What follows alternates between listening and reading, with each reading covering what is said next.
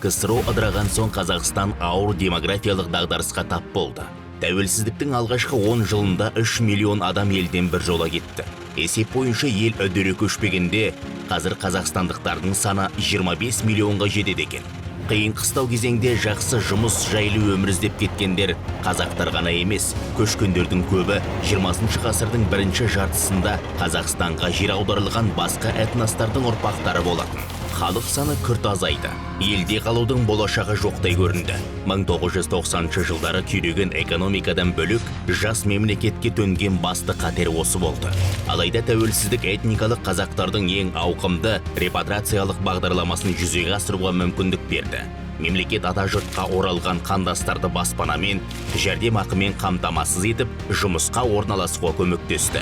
Жалпы саны 1 миллионнан астам қазақ тарихи отанына оралды. Соның нәтижесінде этникалық қазақтардың саны шамамен 2 есеге өскен. Сөйте тұра Қазақстан көпұлтты мемлекет боп қала береді. 2002 жылдан бері экономика тұрақтанған соң туу көрсеткіші де өсе бастады. 20 жылға жуық уақытта қатарымыз 4 миллион адамға көбейген.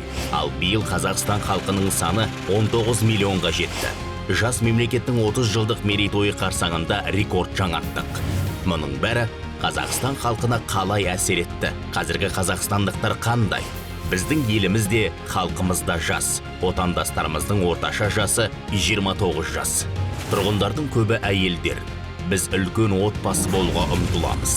Сондықтан ел халқының 3-тен 1 балалар мен жастар. Біз еңбек еткенді жақсы көреміз. Қазақстандықтардың көбі қызмет көрсету саласында жұмыс істейді. Халықтың көбі қала тұрғындары.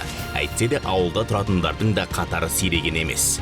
Біз әртүрліміз, бірақ бәріміз де отанымызды сүйеміз әрі оны мақтан етеміз. Мерейтойың құтты болсын, Қазақстан.